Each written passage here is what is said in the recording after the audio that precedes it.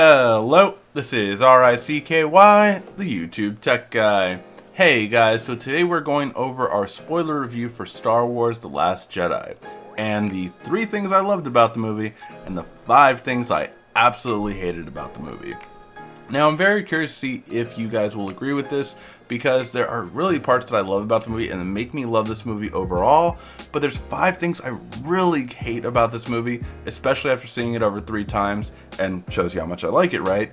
That it got to me more each time, all the parts I hated, and it really made me fall in love with all the parts I love so much more each time.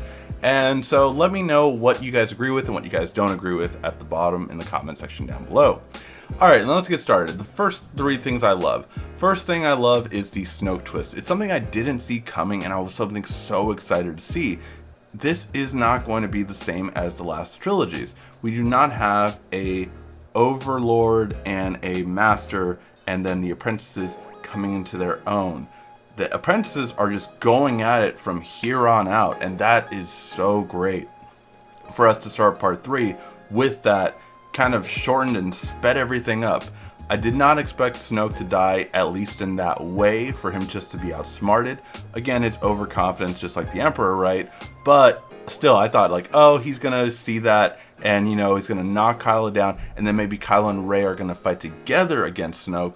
But I did not see him just dying that quickly. It was completely off guard. So yeah, definitely love that twist, and for what it meant for the saga moving forward.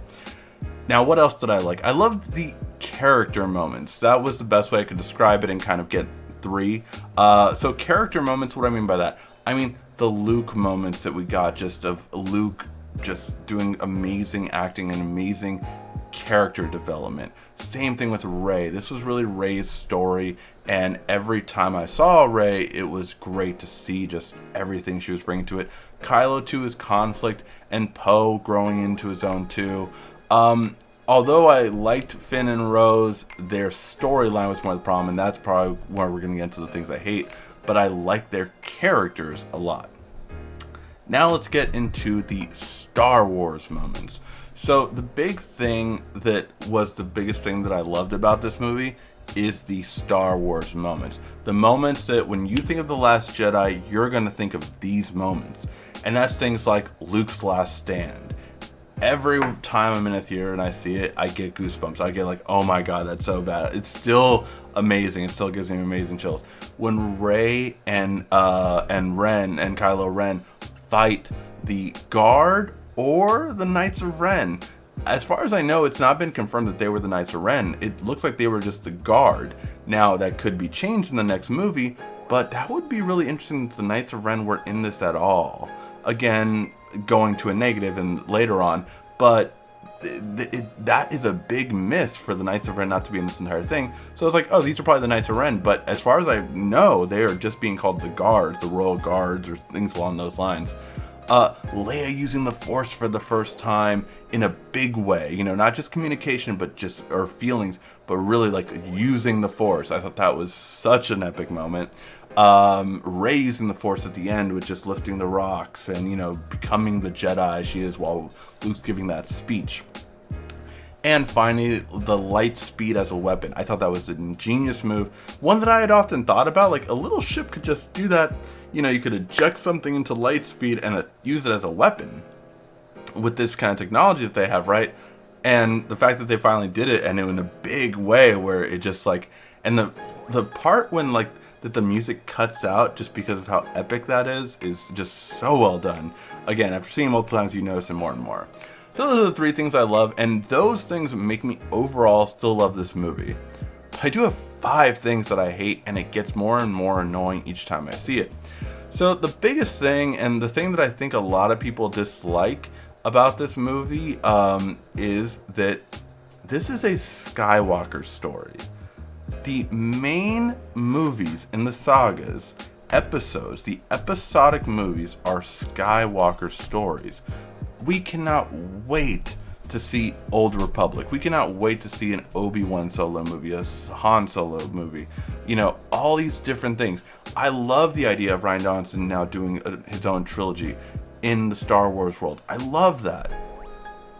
but this is a Skywalker story. The episodic story is Skywalker. It's Anakin to Luke to someone else. And although, you know, we'd like, oh man, the whole Rey thing would have been too predictable, it was Rey Skywalker or Rey Solo. But at the end, I think we still would have been okay with it because of the fact that it is a Skywalker story. And for the way Kylo says, your parents are nothing. They're filthy beggar, you know, people. They sold you for booze and, you know, scraps and, you know, all that kind of stuff. It was just like, you're nothing in this story. God, those lines burn me each time I hear it, because it's just like, why? Why did you have to make that? The big mystery that we really wanted to know and that we were so intrigued by, and you knew how intrigued we were, to just take that away and not make it anything. You could have made it epic, and instead you made it worthless. That's what the outcome of that was. And I really think a lot of people got rubbed the wrong way, because this doesn't seem like a Skywalker story anymore. It just seems like a Star Wars story, which that is not the saga films. The saga films are about the Skywalkers. They always have been, because Anakin was something different from all of the rest of the Jedi and all of the rest of the Force users. He was created in the Force. He has no, you know, he's an unnatural birth. And I'm going to get to anyone could be a Jedi later, but he was different from everything else. And Luke was different because he was the son, and Leia as a daughter of a Skywalker, of that same kind of power and that difference. And that's the whole idea of it, about what makes it so epic. Do we have one still? Yes, but we don't like him at all.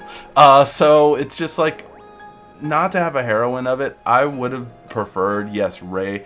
I still think Rey should be Luke's daughter somehow, which I think that's impossible now at this point, or Solo or Leia's daughter. But it would make sense in their connection with the Force and everything too. It would be so much. I know Snoke did. I know all of this, but it would just be so much better, I feel like. Now the second part that I hate is too many life lessons. In the span of about half an hour, Rian Johnson managed to tell us that wealthy people are oppressing, poor people, which sucks, and it's in our real lives, and we go through that. We don't need it in a Star Wars movie more than a side thing. You don't need to actually spend time and a dramatic moment trying to explain that. It really felt out of place for Star Wars, while at the same time trying to tell us about animal cruelty. Animal cruelty is horrible. Anyone that does it should die. It doesn't need to be in a Star Wars movie, though. This doesn't need to be in a Star Wars movie. Neither does the fact of you repeating about 2 or almost 3 times, I believe, that there's no good or bad in wars. There's arm dealers, and they're making money off of everyone. And I'm guessing he wanted it to be a big plot in the third part. I don't want it to be. I don't care about arms dealers in the Star Wars world. In terms of a saga film, that is a great side trilogy. You can go into arms dealers and, people like Hondo and people like Benicio del Toro's character, but I don't care about that in the main saga. I don't care about any of those 3, and the fact that anyone can be a Jedi, because that was the part he really wanted to drive home. That, look, you can be from a poor family, you can sweep up a broom and be a Jedi. You can be from the middle of nowhere like Jakku and be a Jedi. And you could be like Anakin was, the kid of a slave, and be a Jedi. All these people can be Jedis. It doesn't matter where you're from. It doesn't matter. Anyone can be special. Anyone could be a Jedi. Yes, anyone can be. And there are so many films you can make about that, but not in the main trilogy. In the main episodic films, that is not what we want. A linear story, and this wasn't one. And that takes me to my next thing. So the second thing was, again, too many life lessons that were really more of an independent film level than a Star Wars movie level. And again, we've gotten things like that in Star Wars, just not hammered in as much as it was in this. And again, watch it several times and you really see like, oh my God, they are really trying to hammer this in. 3, it doesn't feel like a connected movie from The Force Awakens in those ways. So in a lot of things, it just seems like things were started in The Force Awakens and not continued on in this movie. And it feels like this will happen again because of the next movie is not going to be Rian Johnson as a writer or a director. And I think the thing I liked about it is, yes, George Lucas did not write all of the movies, but the story was overall laid out in a certain way. And this is what they do at Marvel, that Kevin Feige does. This is what we plan on doing. You have to fall in line with this, or else you cannot make a movie for us. Like Edgar Wright couldn't make Ant-Man. He wanted to make a different kind of movie. That movie did not fit what Ant-Man needed to be. So although he would have made a great movie, it did not fit. Rian Johnson, I think, was given too much freedom in what he wanted to do in this movie. And the fact that he made impacts that now ignored certain things, like the Knights of Ren. Where were they if the guards weren't the Knights of Ren? Which again, they don't have to be. They haven't been mentioned as that at all. And things like, Finn was supposed to be friend zoned in the first movie, and the only one pining for Rey, and Rey was like, yeah, you're cute, you're fine, you're okay. And now at the end of this movie, we have different love interests. Finn is all up on Rose now, and then Rey, kind of left there, now meets Poe, and if you don't think that they're getting together, well, his last line was, I know, just like in Empire Strikes Back, I love you, I know. So there is going to be something, and that's going to piss off the LGBT community, and that'll be a whole other thing, but it's really a whole thing that just like, this does not seem like a connective arc. It really seemed like this was one movie, this was another movie, and then the third one will be another movie. It seems like too disjointed, I feel like, and they should have more control.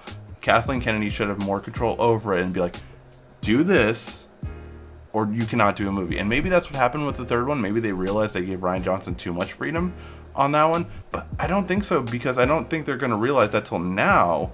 And again, he's great for a separate trilogy, just not... Obviously, he wanted to do his own thing from the beginning. So that's the third thing. The fourth thing is, I felt it was too comical at times. And Star Wars has always been fun, but not comical. And a lot of people are saying like Marvel-esque comical. And you can definitely see that if you look at the last two movies Marvel did with Guardians of the Galaxy and Thor. They were over-the-top comedies. Guardians of the Galaxy 2, it didn't work. Guardians of the Galaxy 1 did work. Thor, I think, did work. But, like, okay, let's reel it back from now. We don't need that much crazy and comical. Like, we're at our limit in that. Spider-Man was a perfect blend of it, more so. So I thought that was much better. But in this movie, Maz Kanata in Force Awakens is fun. In every Star Wars movie, droids are fun. These kind of fun things we like, we love to see. It makes us laugh, it makes us smile. But we never had anything like a Hux comical. Like, can you hear me? I think he's Josh, it's like, really, like, we didn't need that whole scene. We didn't need the Finn squirting out the water the entire time. Just like, it was like overly comical at sometimes, and it's just like, okay, like, we've had too many of these moments, and it's nice here, there, but just like there was too many comical moments, and that was just more annoying. And then finally, I've had a lot of people tell me that they felt it dragged on in the middle. Now, I'm a Star Wars fan, so Star Wars doesn't drag on to me, but I could see the parts that I would have basically trimmed down, and he had a lot of deleted scenes, too. I think it was over 20 minutes of deleted scenes, but already I think he should have cut back even more. First off, the more and more I get into that scene, I love Rose and Finn as characters, but God, their story could have been 10 minutes shorter at least. I mean, it didn't add anything to the movie, and their mission failed anyway. So it was like, you could have cut that down dramatically, and still had, maybe one of the life lessons. Maybe let's just make sure that we get that boy with the ring, and kind of like, okay, that anyone can be a Jedi at the end. Perfect. Cut all the other stuff, trim it down, make it a lot less time. That would have been better.